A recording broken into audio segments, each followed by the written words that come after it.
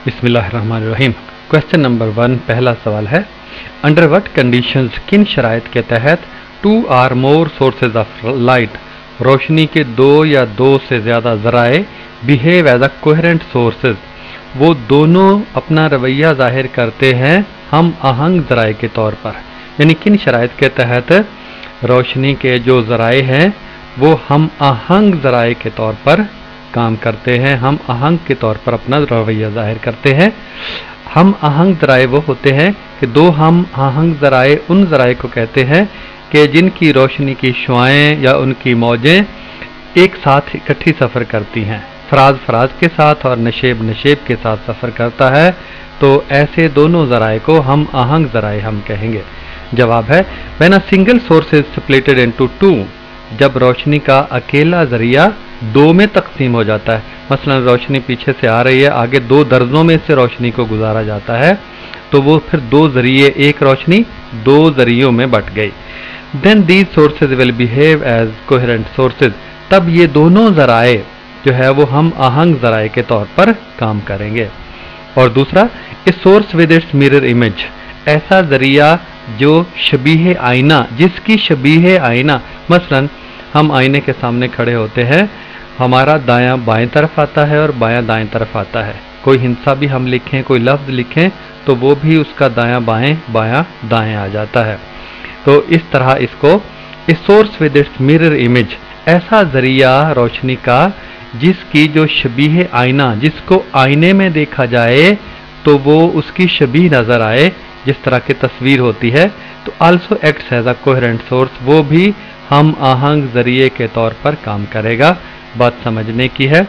एक शुआ है और शुआ आप मौज तस्वर कर लें जिसका एक नशेब है, एक फराज है, और वो आईने में जब वो मौज देखी जाती है तो उस मौज का दायां बाएं बायां दाएं हो जाता है, तो वो मौज भी, वो रोशनी का ज़रिया भी हम आहंग ज़रिया कहलाता है। क्वेश्चन नंबर 2, दूसरा सवाल है, how is the distance between interference fringes, तदाखली धारियों के दरमियान फासला, affected by the separation between the slits, वो दर्जों के ज़रिए मुतासर होता है। दर्जों के दरमियान फासले के ज़रिए धारियों के दरमियान जो फासला है वो मुतासर होता है।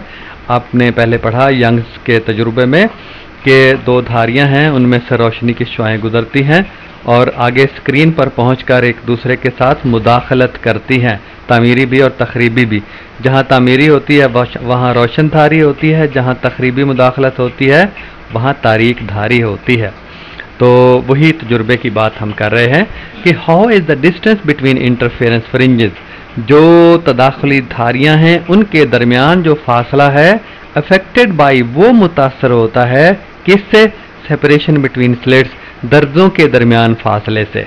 दर्जों के दरमियान फासला जो है वो तदाखली धारियों के दरमियान फासले को मुतासर करता है। ऑफ यंग्स एक्सपेरिमेंट, यंग्स के तजुर्बे में। कैन फ्रिंजेस डिसअपीयर, क्या वो धारियां गायब भी हो सकती हैं, स्क्रीन पर जो धारियां नजर आती हैं वो गायब भी हो सकती हैं। आइए देखते हैं इसका जवाब। जवाब है दूसरे सवाल का, the formula of fringe spacing is, जो धारियों के दरमियान फासला है उसका फार्मूला है y बराबर लैम्डा l बटे d।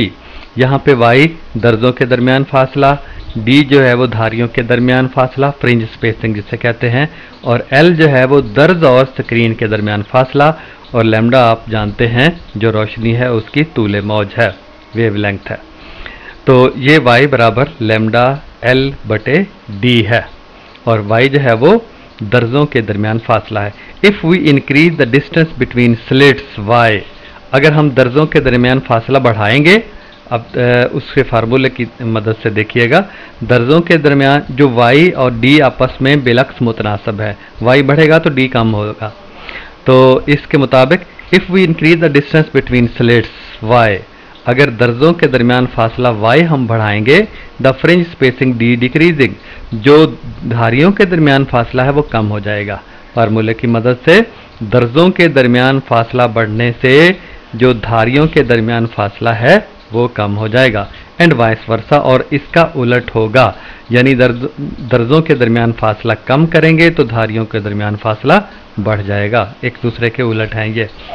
तो if we increase the separation between slits beyond the limit, अगर हम दर्जों के दरमियान फासला जो है वो हद से बढ़ा देंगे, दर्जों के दरमियान जिसमें से रोशनी गुजर रही है और मंबा के तौर पे काम करती है, दर्जों के दरमियान फासला उसकी हद से बढ़ा देंगे, then there will be a chance, तो उस वक्त एक मौका ऐसा आएगा कि एक इम्कान ऐसा होगा that the interference phenomena stops, कि जो तदाखुली अमल है वो रुक जाएगा, जो मुदाखलती अमल है वो रुक जाएगा, and fringe disappear due to extra small distance between them, और जो धारियों के दरमियान फासला है वो गायब हो जाएगा, जो धारियां गायब हो जाएंगी due to extra small distance between, जो धारियों के दरमियान इंतहाई कम फासला हो जाएगा जिसकी वजह से वो गायब हो जाएंगी। धारियों के दरमियान फासला इंतहा। क्वेश्चन नंबर 3, तीसरा सवाल है, can visible light produce interference fringes, क्या जो नज़र आने वाली रोशनी है, मरई रोशनी है, वो मुदाखलती धारियां पैदा करती है, तदाखली धारियां पैदा कर सकती है? एक्सप्लेन, इसकी वजाहत करनी है। आपको पता है जो मरई रोशनी है, या नज़र आने वाली रोशनी है, वो 7 रंगों पर मुश्तमिल होती है। 7 रंग नज़र आते हैं जिनमें नीला, पीला, सब्ज़, बनफशी, जामनी वगैरह हैं। तो ये रंग नज़र आने वाले रंग हैं। एक्सप्लेन, वजाहत करने कि इन रंगों की जो रोशनी है क्या ये भी मुदाखलत पैदा करती है, यानी शुआएं आपस में मिलती हैं तो तदाखुली धारियां पैदा करती हैं? इसका जवाब देना है। जवाब है यस, हाँ। Visible light can produce interference fringes, जो मरई रोशनी है, नजर आने वाली रोशनी है, वो भी तदाखुली धारियां पैदा करती है, कर सकती है। तो visible light consist of 7 colours of different wavelengths, ये जो मरई रोशनी है, नजर आने वाली रोशनी है, वो 7 रंगों पर मुश्तमिल होती है जिसकी अलग अलग तूले मौज होती है। 7 रंगों की अलग अलग फ्रीक्वेंसी और अलग अलग तूले मौज की मौजें होती हैं, वो उन पर मुश्तमिल होती है जो नज़र आने वाली रोशनी है। अमूमन सफ़ेद रोशनी 7 रंगों पर मुश्तमिल होती है। तो each colour forms its own fringes, ये जो हर रंग है अपनी अलग धारी पैदा करता है, हर रंग अपनी अलग धारी पैदा करता है, but collectively they overlap to form no clear fringe pattern, मगर मजमूई तौर पर वो एक दूसरे को ढक देती हैं, to form no clear fringe pattern, के जो धारियों का कोई वाज़े नमूना पैदा नहीं हो पाता, एक दूसरे को ढक देती हैं तमाम रंगों की जो धारियां हैं, जिससे धारियों का कोई वाज़े नमूना काबिल कदर जो नज़र आ सके वाज़े तौर पर वो पैदा नहीं होता। तो पैदा तो करती हैं लेकिन उनका नमूना जो है वो वाज़े नज़र नहीं आता। 7 रंगों की जो नज़र आने वाली रोशनी है वो तदाखली धारियां पैदा तो करती हैं, लेकिन उनका जो नमूना होता है वो धारियों का वो वाज़े तौर पर नज़र नहीं आता, क्योंकि एक रंग की धारी दूसरे रंग की धारी को ढक देती है। क्वेश्चन नंबर 4, चौथा सवाल है, in the Young's experiments, Young's के तजुर्बे में, one of the slits is covered with blue filter, एक दर्ज जो है वो नीले छान पन्ने के साथ ढकी हुई है, छान कागज़, नीला छान कागज़ या छान पन्ने के साथ ढकी हुई है एक दर्ज यंग्स के तजुर्बे में, and the other with red filter, और दूसरी दर्ज जो है वो सुर्ख छान पन्ने के साथ ढकी हुई है। What would be the pattern of light intensity on the screen? Screen पर रोशनी की शिद्दत का कौन सा नमूना होगा? एक दर्ज जो है वो सुर्ख छान पन्ने से ढकी हुई है और दूसरी नीले छान पन्ने के साथ ढकी हुई है। रोशनी छन कर आगे जाती है और छान पन्ना नीला है और एक सुर्ख है। तो what would be the pattern of light intensity on the screen? Screen पर रोशनी की शिद्दत का कौन सा नमूना होगा? आइए जवाब देखते हैं इसका। चौथे सवाल का जवाब है, ड्यू टू डिफरेंट वेवलेंथ्स, मुख्तलिफ तूले मौज की वजह से, सुर्ख की अलग तूले मौज है और नीले की अलग तूले मौज है रोशनी की, तो ड्यू टू डिफरेंट वेवलेंथ्स, मुख्तलिफ तूले मौज की वजह से, the interference will not take place, जो मुदाखलत है, जो तदाखुल का अमल है वो वक़ू पज़ीर नहीं होगा। And we get a mixture of 2 colours on the screen, हम स्क्रीन पर 2 रंगों का अमेज़ा हमें मिलेगा, विद आलमोस्ट कांस्टेंट इंटेंसिटी, जिसकी शिद्दत जो है वो यकसा होगी। स्क्रीन पर यकसा शिद्दत का जो है वो अमेज़ा हमें दो रंगों का मिलेगा, नीला और सुर्ख का अमेज़ा। फॉर इंटरफेरेंस ऑफ लाइट, रोशनी की मुदाखलत के लिए मुदाखलत नहीं होगी, सिर्फ रोशनी का अमेज़ा दो रंग मिलकर हमें नजर आ जाएगा एक रंग। फॉर इंटरफेरेंस ऑफ लाइट, रोशनी की मुदाखलत के लिए the following two conditions must be necessary, मंदरजा झैल दो शराइत ज़रूरी होती हैं, ये पहले भी हम पढ़ चुके हैं।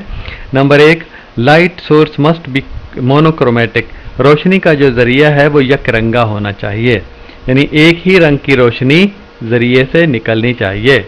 द लाइट, दोनों से एक ही रंग की रोशनी निकलती तो फिर ये तदाखुली धारियां पैदा होती, मुदाखलत भी होती। The light sources must be coherent, रोशनी के जो जराए हैं वो हम आहंग होना चाहिए, यानी इकट्ठे रोशनी सफ़र करनी चाहिए, या फराज के साथ फराज मिले, नशेब के साथ नशेब मिले, तब जाकर जो है वो आगे मुदाखलत होती है, तदाखुली धारियां पैदा होती हैं। तो ये दो शराइत हैं जिसकी वजह से होती हैं, और यहाँ पे दोनों शराइत पूरी नहीं होती। क्वेश्चन नंबर 5, पांचवा सवाल है कि explain whether the Young's experiment is an experiment, वजाहत करनी है कि जो यंग का तजुर्बा है वो ऐसा तजुर्बा है फॉर स्टडिंग इंटरफेरेंस, वो मुदाखलत के मुतालिया के लिए है, और डायफ्रैक्शन या रोशनी के इनकसार के मुतालिया के लिए है। सवाल ये है कि यंग का जो तजुर्बा है वो रोशनी की मुदाखलती खसूसियात का मुतालिया करने के लिए है या इनकसारी खसूसियात का मुतालिया करने के लिए है। मुदाखलत तो आपको पता है कि रोशनी की एक शुआ दूसरी शुआ में मुदाखलत करती है, तो आगे से जो इंटरफेरेंस फ्रिंजेस या मुदाखलती धारियां पैदा होती हैं या नहीं पैदा होती हैं। लेकिन जो इनकसार है, डायफ्रैक्शन है, ये खूबी इंसानों में जो है, इनकसार का मतलब झुकना, फैलना, जो आजिज़ी और इनकसारी की कैफियत है वही रोशनी की कैफियत है। मिसाल के तौर पर कोई दीवार है जो, और सूरज की रोशनी जो है वो दीवार के साथ टकरा रही है और साया बना रही है, तो रोशनी जो है वो दीवार के ऊपर वाले किनारों से टकरा के जब साया बनाएगी तो हल्का साया बनाएगी, और दीवार की तरफ आए तो साया गहरा होता जाएगा। तो ये जो हल्का साया है ये इनकसार नूर की वजह से है, रोशनी के फैल जाने की वजह से है। तो यहाँ पे हमने साबित करना है कि जो यंग्स का जो तजुर्बा है वो रोशनी के मुदाखलती मजहर का मुताला करने के लिए है या इनकसारी मजहर का मुताला करने के लिए है। इसका जवाब देखते हैं। In Young's double slit experiment, Young's के जो दो दर्जों वाला तजुर्बा है, इन एडिशन टू इंटरफेरेंस, वो तजुर्बा जो मुदाखलत के अलावा the phenomenon of diffraction also takes place, उसमें जो इनकसार का जो मजहर है वो भी वकूफ़ पज़ीर होता है, रोशनी का इनकसार भी होता है, मुदाखलत के अलावा रोशनी का इनकसार भी वकूफ़ पज़ीर होता है।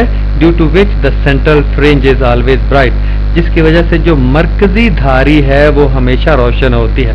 आगे स्क्रीन पर हमने पहले भी बताया आपको, स्क्रीन पर जो मुदाखलत की वजह से धारियां पैदा होती हैं, मुदाखलत के साथ साथ इनकसार का अमल भी वकूफ़ पज़ीर होता है कि दर्जों के किनारों से रोशनी टकरा के जब आगे जाती है तो जहां ज्यादा फैलती है वहां रोशन धारी नजर आती है। तो दरमियान में इसी वजह से इनकसार की वजह से रोशन धारी नजर आती है। But actually the Young's experiment is to study interference effects of light, मगर हकीकत में जो यंग का तजुर्बा है वो रोशनी के मुदाखलती या तदाखुली असरात का मुताला करने के लिए ही होता है। ये अजाफी मजहर है इनकसार का जो वकूफ़ पज़ीर होता है। क्वेश्चन नंबर 6, छठा सवाल है। An oil film spreading over a wet footpath shows colour, एक तेल की पतली तह spreading over a wet footpath जो कि गीली पगडंडी के ऊपर फैली हुई है। तेल है वो गीली पगडंडी के ऊपर गिराया गया है, तो उसने एक तह सी बना ली है। शोज कलर, उसमें से हमें रंग नजर आते हैं। ये हमारा रोजमर्रा जिंदगी का तजुर्बा भी है कि अगर पानी के ऊपर तेल फैल जाए और सूरज की रोशनी ऊपर से पड़े या बल्ब की रोशनी पड़े तो उसमें से हमें रंगों की पट्टियां सी नजर आती हैं। तो explain how does it happen, हमने वजाहत करनी है कि ऐसा क्यों होता है। हमें ये तो पता है जो रंगदार पट्टियां नजर आती हैं, जो फ्रिंजेस धारियां नजर आती हैं, वो रोशनी की मुदाखलत की वजह से, तदाखुली असरात की वजह से नज़र आती हैं। तो जवाब देखिएगा। Answer, the colours are appear due to interference of light in thin film of the oil on the water surface. Colours are appeared, जो रंग नमूदार होते हैं, due to interference of light, रोशनी की मुदाखलत की वजह से, in thin film of oil, जो तेल की बारीक सी फिल्म है जो तय बन जाती है, ऑन द वाटर सरफेस, पानी की सतह पे। पानी की सतह पे जो तेल की बारीक सी फिल्म या तय बन जाती है, उसकी वजह से हमें रंग नजर आते हैं। आप देखिएगा, तस्वीर ऊपर है। इंसिडेंट लाइट, जो तेल की तह पर, जो तेल की फिल्म के ऊपर जो रोशनी वकूफ़ पजीर होती है सूरज से या बल्ब से, वो ऊपर इंसिडेंट लाइट, जो शुआए वाक़या, जो वाक़े नूर है, वो आकर पड़ती है, तो एक हिस्सा इस रोशनी का मुनक्कस हो जाता है, पहले तीर के निशान जाहिर करता है, और दूसरा हिस्सा इस रोशनी का मुनातिफ होके, यानी आगे गुजर के पानी की दूसरी तह, जो तेल की दूसरी तह है नीचे वाली सतह, उसके साथ टकरा के फिर मुनक्किस होता है, ऊपर जाता है, मुनक्किस। तो ये दोनों का फासला जो है वो बराबर भी हो सकता है। उसका जो पाथ डिफरेंस है, फ़र्क राह, वो अगर 0, 1 लैम्डा, 2 लैम्डा, 3 लैम्डा हो तो आगे रोशन धारियाँ नज़र आएंगी, और अगर 1/2 लैम्डा, 3/2 लैम्डा इस तरह से हो, 1/2 का हासिल ज़रब हो, तो फिर आगे जो डार्क फ्रिंजेस यानी तारीक धारियां नजर आएंगी। तो इस तरह रोशन कभी तारीक, कभी रोशन कभी तारीक, इस तरह धारियां नजर आना शुरू हो जाएंगी, रंग हमें नजर आएंगे। तो ये रंग इस वजह से नजर आते हैं, ये मुदाखलत होती है, पहली रोशनी की शुआ का एक हिस्सा टकरा के मुनक्किस हो गया, दूसरी का हिस्सा अगली तह से जाके टकरा के फिर उसी समत में जाकर जब एक जगह पे जाकर मिलते हैं तो मुदाखलती या तदाखुली असरात पैदा करते हैं, जो कलर्ड फ्रिंजेस, जो रंगदार धारियां पैदा होती हैं, इसलिए हमें रंग नजर आते हैं। The colours are appear due to interference of light in thin film of the oil on water surface. पानी की सतह पर जो तेल की हल्की तह बन जाती है, उसकी वजह से रंग नजर आते हैं, उसमें रोशनी की मुदाखलत की वजह से नजर आते हैं। The layer of oil on a footpath, wet footpath, गीली पगडंडी पर जो तेल की तह है, बिहेव ज्यादा थिन फिल्म, वो हल्की बारीक फिल्म के तौर पर काम करती है, जिसका काम ऊपर तस्वीर में दिखाया गया है। क्वेश्चन नंबर 7, 7वां सवाल है, could you obtain Newton rings? क्या आप न्यूटन के छल्ले, न्यूटन के दायरे हासिल कर सकते हैं विद ट्रांसमिटेड लाइट, जो मुनअतिफ शुदा रोशनी है, वास्ते से जो गुजर चुकी है, गुजर जाती है, उससे न्यूटन के दायरे हासिल कर सकते हैं? इफ यस, अगर ऐसा है, would the pattern be different from the obtained with reflected light? क्या जो नमूना हासिल होगा दायरों का, क्या वो मुनक्किस शुदा रोशनी से मुख्तलिफ होगा? मुनक्किस रोशनी जो किसी वास्ते से टकरा के वापस आ जाए, वो जो नमूना बनाती है, और जो गुजर जाए वो जो नमूना बनाती है, उसमें क्या फ़र्क है? सवाल का मतलब ये है। तो जवाब है इसका yes, it is possible to obtain Newton rings with transmitted light. जो मुनातिफ शुदा रोशनी है, वास्ते से गुजर गई है, उससे भी जो न्यूटन के दायरे हैं वो बनाना मुमकिन है, क्योंकि उसके लिए कोहेरेंट, हम आहंग लहरों की ज़रूरत होती है। जो रोशनी की मौजें हम आहंग हों, वो मिलती हैं तो न्यूटन के छल्ले बनते हैं, रोशन और तारीक। Fringe pattern is just opposite to the reflected pattern. वो जो ट्रांसमिटेड, जो मुनातिफ शुआ है, जो गुजर गई है वास्ते से, उसका जो नमूना है वो मुनक्किस शुदा शुआएं हैं, उसके नमूने से बिल्कुल मुखालिफ होगा। मुखालिफ इस तरह से कि जैसा दायां, नमूने का जो दायां हिस्सा है वो बाएं तरफ आ जाएगा, बायां हिस्सा दाएं तरफ आ जाएगा। तो fringe pattern is just opposite, ये सिर्फ ये मुतजाद होगा टू दी रिफ्लेक्टेड पैटर्न, जो मुनक्किस शुदा नमूना है उससे उलट होगा। उलट भी इस तरह से जैसे मैंने आपको बताया। There is no phase change in the transmitted ray of light. जो मुनातिफ शुदा रोशनी है जो गुजर गई है वास्ते से, उसमें फेज की तब्दीली या हैयत की तब्दीली नहीं होती। इसका मतलब यह है कि जो फराज के साथ ही आगे गुजर जाता है, नशेब के साथ ही आगे गुजर जाता है। In this case we will get the central bright fringe instead of dark. हम जो मरकजी दायरा है, जो मरकजी पट्टी है, वो रोशन हासिल करेंगे। सियाह की निस्बत मरकजी पट्टी जो है वो रोशन हासिल करेंगे। और यहाँ ट्रांसमिटेड लाइट जो है, जो गुजर गई है, उसमें जो नमूना बनेगा उसके अंदर जो है वो कोई फेज की तब्दीली नहीं होगी, हैयत की तब्दीली नहीं होगी। लेकिन जो मुनक़िस शुदा शुआ है उसमें जो दरमियान वाला दायरा है वो रोशन होगा, सियाह की निस्बत वो रोशन होगा। जो गुजर गई है रोशनी उसका नमूना दरमियान में सियाह होगा, लेकिन जो मुनक़िस शुदा है, टकरा के वापस आ गई है, उसमें धारियों का नमूना जो है दरमियान वाला जो दायरा है वो रोशन होगा सियाह की निस्बत। क्वेश्चन नंबर 8, 8वां सवाल है, in the white light spectrum, जो सफ़ेद रोशनी का तैफ या पट्टी नज़र आती है, obtained with the diffraction grating, जो इनके सारी जाली के ज़रिए हासिल होती है। इनके सारी जाली ऐसी कलमी जाली जिसमें से रोशनी गुजरती है, तो उसके कोनों से टकरा के, जाली के जो खाने हैं उसके कोनों से टकरा के रोशनी फैल जाती है, झुक जाती है और फैल जाती है। तो ऐसी जो जाली है इनके सारी जाली कहलाते हैं। तो ऐसी सफ़ेद रोशनी का जो तैफ या पट्टी हासिल होती है इनके सारी जाली के ज़रिए, उसमें the third order image of a wavelength, एक तूले मौज, एक शुआ है जिसमें तीसरे दर्जे की शबी बनती है, जिसमें 3 दर्जी शबी बनती है। वो शबी जो पहली किरण की 3 दर्जी शबी है, coincides with the fourth order of the second wavelength, वो दूसरी तूले मौज या दूसरी किरण है, दूसरी शुआ है, उसमें 4 दर्जी मौज के साथ मिलती है, 4 दर्जी शबी के साथ मिलती है। पहली जो शुआ है उसकी जो 3 दर्जी शबी बनती है, 3 दर्जी तस्वीर बनती है, वो जो दूसरी शुआ है उसकी 4 दर्जी शबी के साथ मिलती है। Calculate the ratio of the 2 wavelength, दोनों तूले मौज जो है वो उसका तनासुब मालूम करना है। दोनों किरणें जो हैं, दोनों जो मौजें हैं रोशनी की, उनका तूले मौज हमने मालूम करना है। आइए देखते हैं इसका हल। आंसर जवाब है, we know that d sine theta बराबर एम लैम्डा।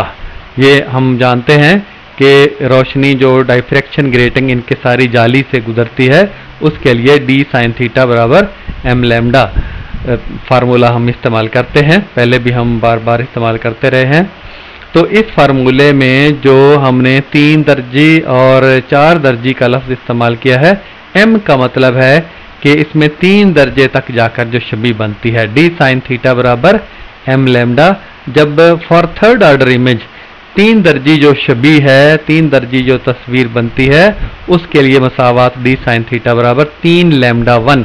लैम्डा 1 का मतलब है कि जो पहली शुआ की ये तूले मौज है, जो पहली शुआ की तूले मौज के लिए फार्मूला आ गया जिसमें 3 दर्जी शबी बनती है मसावात नंबर 1 के जरिए।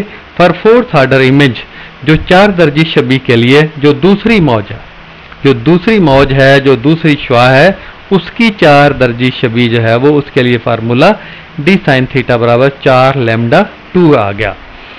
तो उसके लिए 4 दर्जी थी तो 4 आ गया, पहली 3 दर्जी थी तो m की जगह पे 3 आ गया। डिवाइडिंग 1/2, मुसावात नंबर 1 को 2 से तकसीम कर दिया, तो बाएं तरफ तो डी साइन थीटा से कट गया, सारा का सारा 1 आ गया उसकी जगह पे।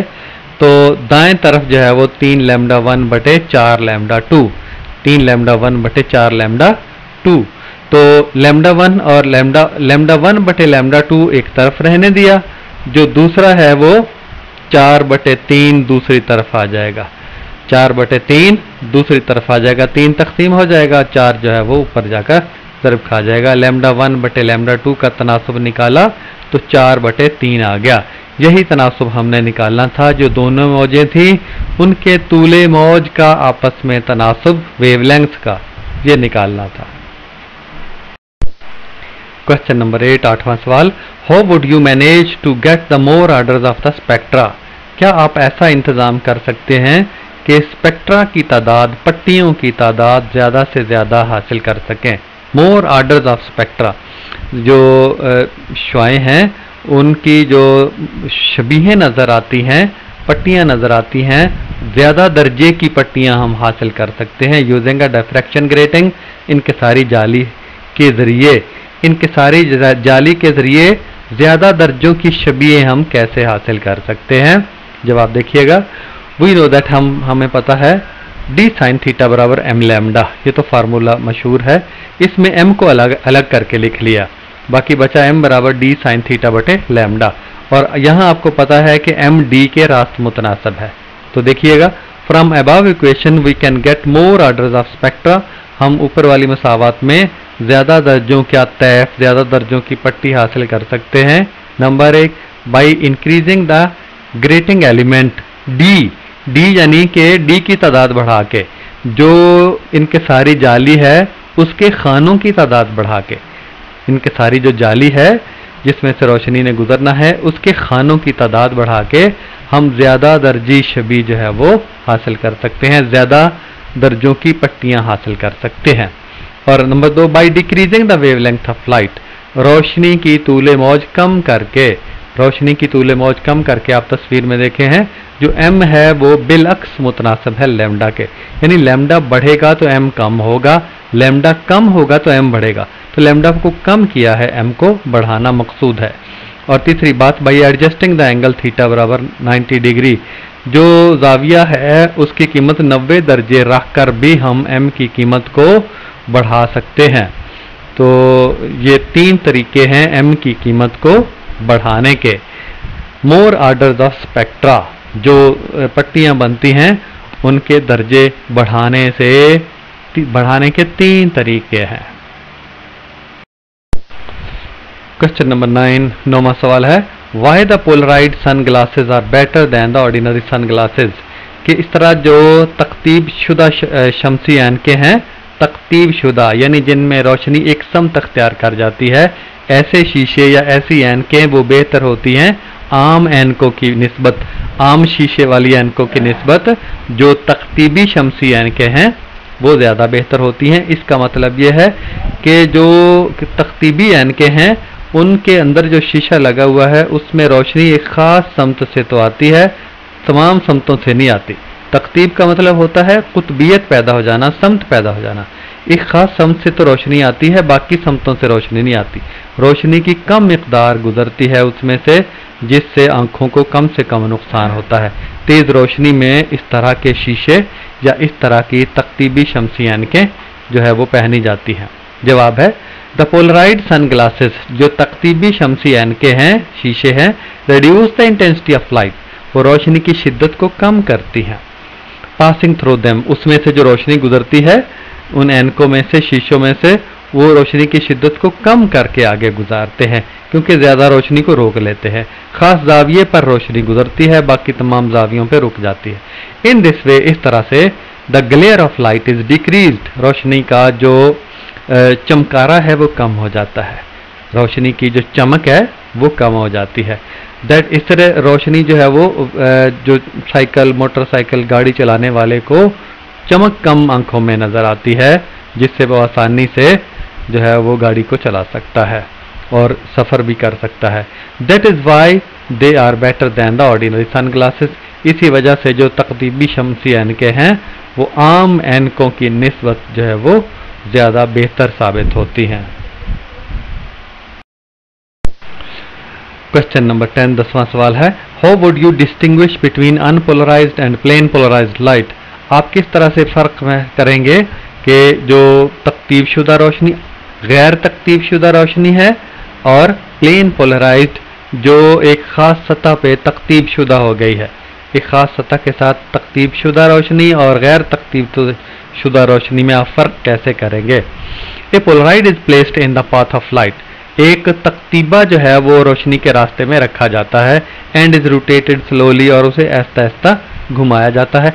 ऐसा होता है कि तकतीबे की शीशा एक होता है, इसकी जो बहुत से इसकी सतहें होती हैं, एक ख़ास सतह के साथ रोशनी गुजर जाती है, बाकी तमाम सतहों के साथ रोशनी नहीं गुजरती। तो इसका मतलब यह है उस सतह के साथ गुजरेगी तो प्लेन पोलराइज्ड, एक सतह के साथ सीधी चलती जाएगी। तो if the light becomes dimmer and dimmer, घुमाने से रोशनी जो है वो आहिस्ता आहिस्ता मध्यम से मध्यम होती जाती है, एंड देन वैनिशेज, और बिलाकर ख़त्म हो जाती है। इसका मतलब है रोशनी जो पोलराइड है, तकतीबा है, उसकी ऐसी सतह के सामने से गुजर गई है कि जो रोशनी को नहीं गुजारता आगे, लिहाजा रोशनी आगे जाना बंद हो जाती है और एक खास जाविये से गुजरती है। Then the incident light was plane polarised. अब इस वक्त जो रोशनी है वो एक सतह के साथ जब गुजरती है तो वो प्लेन पोलराइज्ड जो सतह के साथ जो है वो तकतीब शुदा रोशनी कहलाएगी। And if light keeps coming on the other side, और दूसरी तरफ से रोशनी जो है वो मुसलसल आ रही है, देन इट इज़ अनपोलराइज्ड, और तब ये जो है वो गैर तकतीब शुदा रोशनी कहलाएगी। आम रोशनी भी गैर तकतीब शुदा होती है, लेकिन जब पोलराइड तकतीबा में से उसको गुजारा जाता है तो वो एक ख़ास समत में से आगे गुजर पाती है, बाकी तमाम समतों में नहीं गुजर पाती, उसे एक सतह के साथ गुजरती है, उसे प्लेन पोलराइज्ड लाइट कहते हैं। जो आम रोशनी है उसे कहते हैं अनपोलराइज्ड लाइट, गैर तकतीब शुदा रोशनी, बेतकतीबी रोशनी।